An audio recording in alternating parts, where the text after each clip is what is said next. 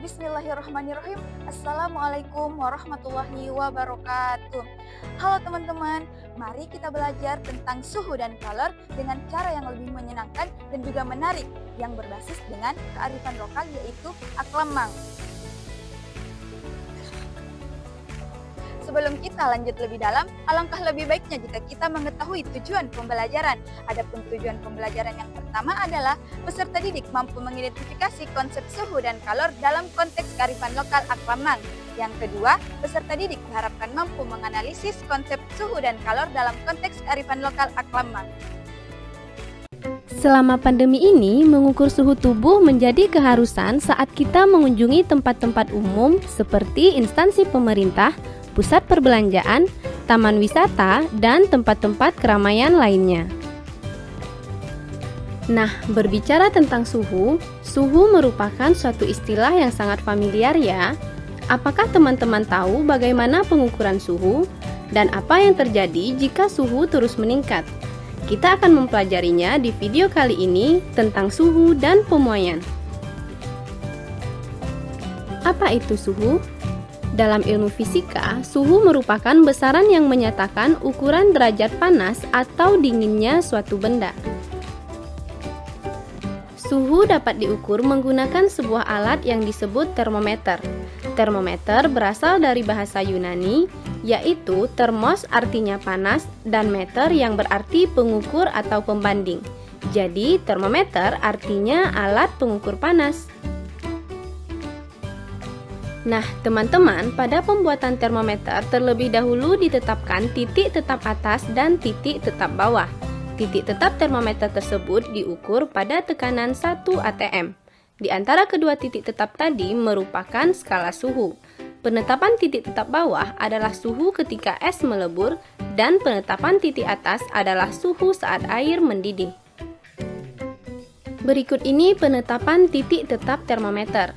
Pertama, termometer Celcius. Titik tetap bawahnya adalah 0 dan titik tetap atasnya 100. Selanjutnya, termometer Reaumur. Titik tetap bawah 0 dan titik tetap atas 80. Berikutnya, termometer Fahrenheit.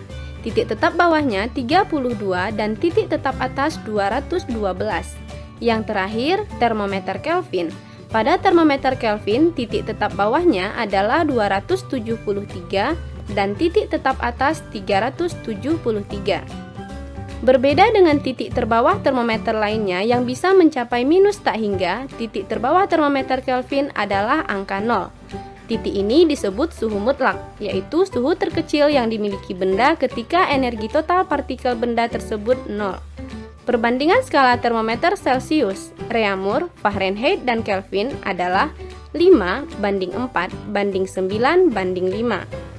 Untuk mengkonversikan skala termometer, kita bisa menggunakan rumus skala yang dicari sama dengan perbandingan yang dicari bagi perbandingan yang diketahui kali skala yang diketahui. Berikut ini beberapa bentuk konversi skala termometer. Teman-teman bisa perhatikan ya.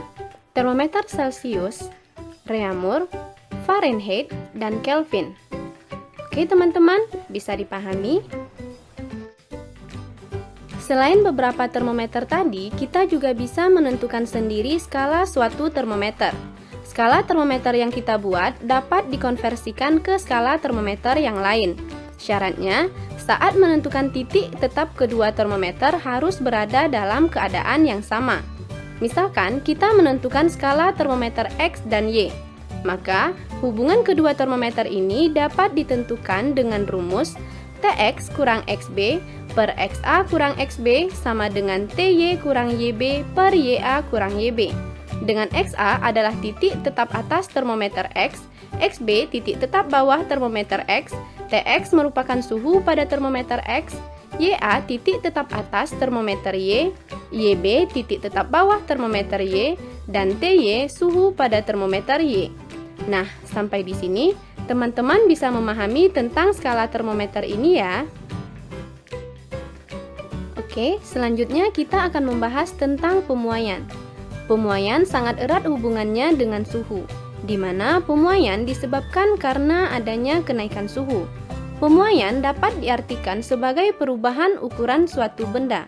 Pemuaian yang terjadi dapat berupa muai panjang, muai luas, dan muai volume. Pemuaian dapat terjadi pada zat padat, zat cair, dan gas. Kita akan membahas satu persatu tentang pemuaian. Yang pertama, pemuaian pada zat padat. Zat padat dapat mengalami muai panjang, muai luas, dan muai volume. Jadi, video lanjutan kita kali ini akan membahas tentang kalor. Tahukah teman-teman apa itu kalor? Kalor atau panas merupakan sebuah energi yang mengalir karena adanya perubahan suhu dari benda bersuhu tinggi ke benda bersuhu rendah. Satuan kalor yang sering digunakan adalah kalori atau joule. 1 kalori setara dengan 4,2 joule. 1 joule sama dengan 0,24 kalori. Banyak kalor yang diperlukan untuk menaikkan suhu suatu benda dinyatakan dengan persamaan Q sama dengan mc delta T. Dengan Q adalah kalor yang diterima atau dilepaskan, satuannya joule, M massa benda dalam kilogram, C kalor jenis benda yaitu banyaknya kalor yang diperlukan untuk menaikkan suhu 1 kg zat sebesar 1 derajat Celcius atau 1 Kelvin, yang satuannya joule per kilogram derajat Celcius. Kalor jenis air nilainya 1 kalori per gram derajat Celcius atau 4200 joule per kilogram derajat Celcius. Dan delta T adalah perubahan suhu benda dalam satuan derajat Celcius. Selanjutnya, kapasitas kalor, yaitu banyaknya kalor yang diperlukan oleh benda sebesar m kilogram agar suhunya naik 1 derajat Celcius. Kapasitas kalor ditentukan dengan rumus C sama dengan Q per delta T atau C sama dengan M kali C. Dengan C kapital adalah kapasitas kalor dalam joule per derajat Celcius, Q adalah kalor yang diterima atau dilepaskan, satuannya joule, M massa benda satuannya kilogram, C biasa kalor jenis benda dalam satuan joule per kilogram derajat Celcius, dan delta T perubahan suhu benda dalam derajat Celcius. Kalor dapat mengubah wujud benda padat, cair, dan gas.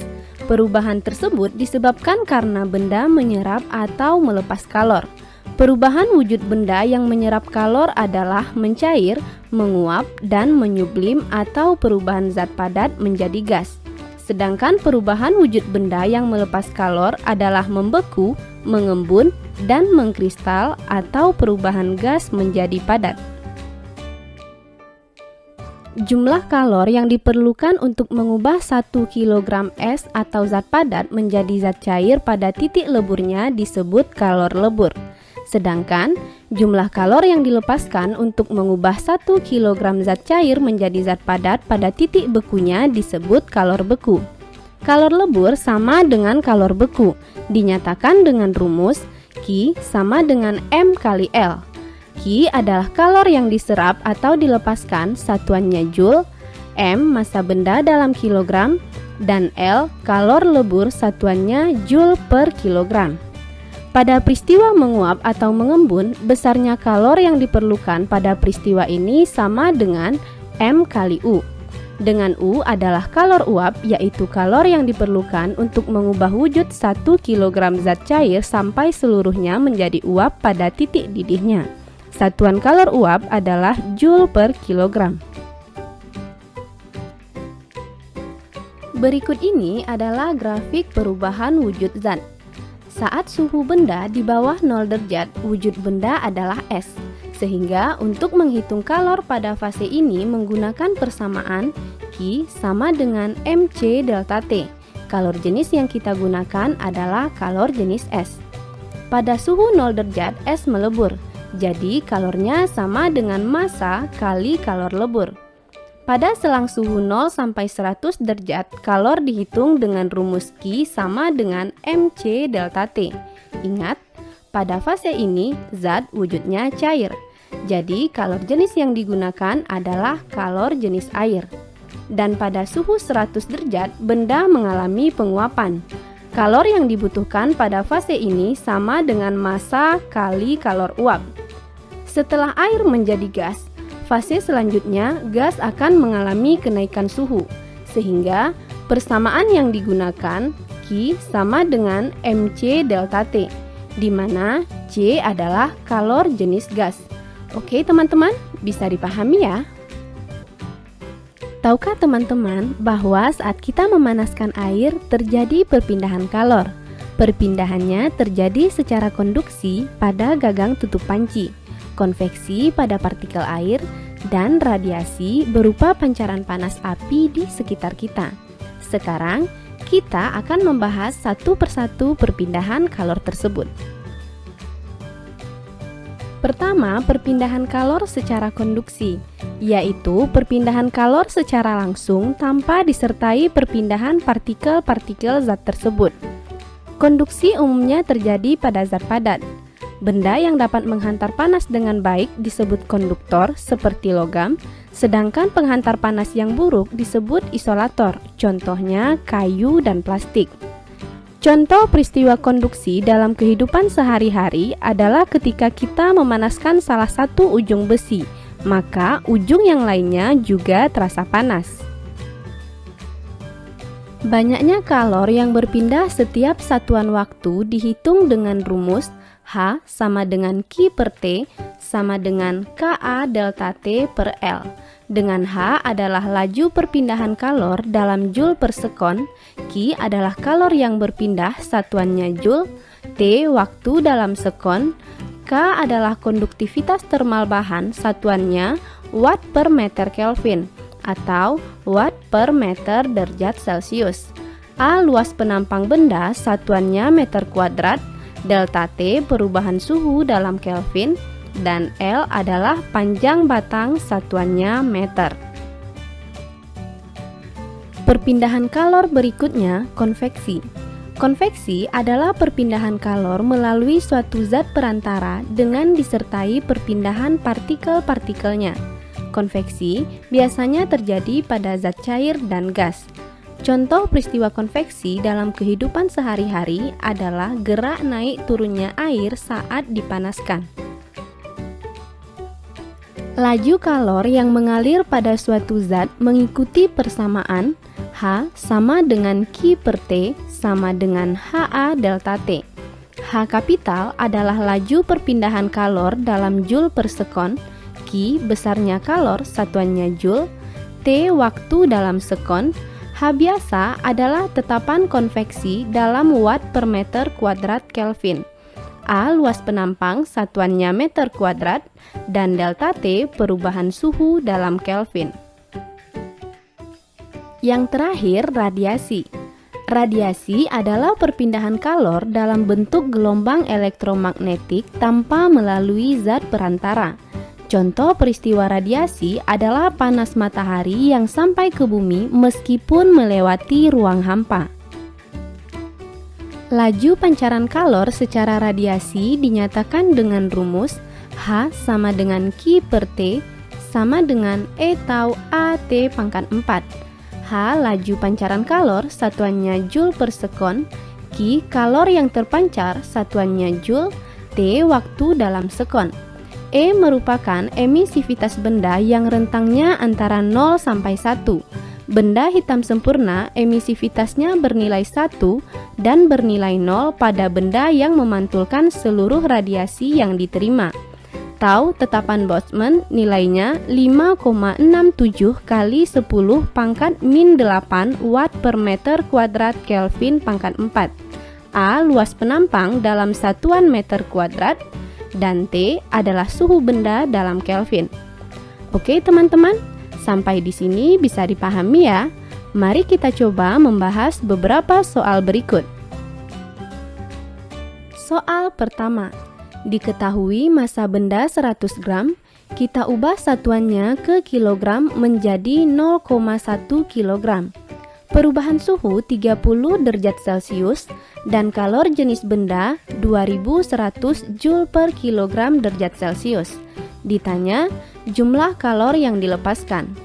Untuk menjawab soal ini, ingat lagi rumus kalor. Q Q sama dengan MC delta T, lalu masukkan angkanya. 0,1 kali 2100 kali 30. Hasilnya 6300 Joule atau setara dengan 6,3 kilojoule. Jadi jawabannya A.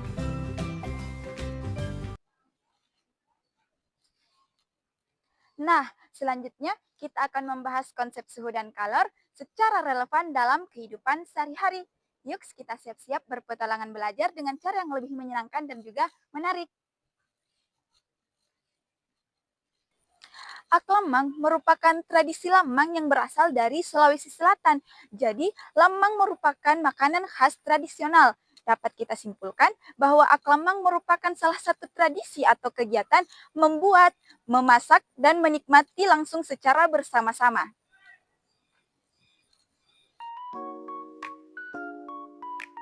Salah satu desa di Kabupaten Takalar melaksanakan pesta panen atau Lamang yang terletak di Desa Lantang.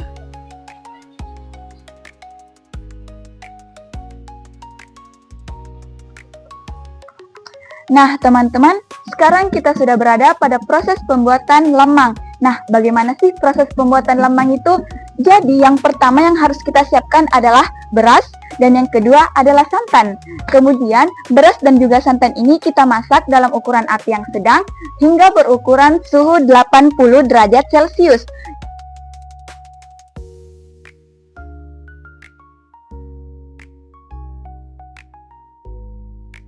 Memasukkan beras dan santan ke dalam bambu, kemudian dibakar. Proses ini merupakan contoh perpindahan panas secara radiasi, di mana panas dari api menuju bambu sebagian besar terjadi karena melalui pancaran gelombang panas tanpa media perantara.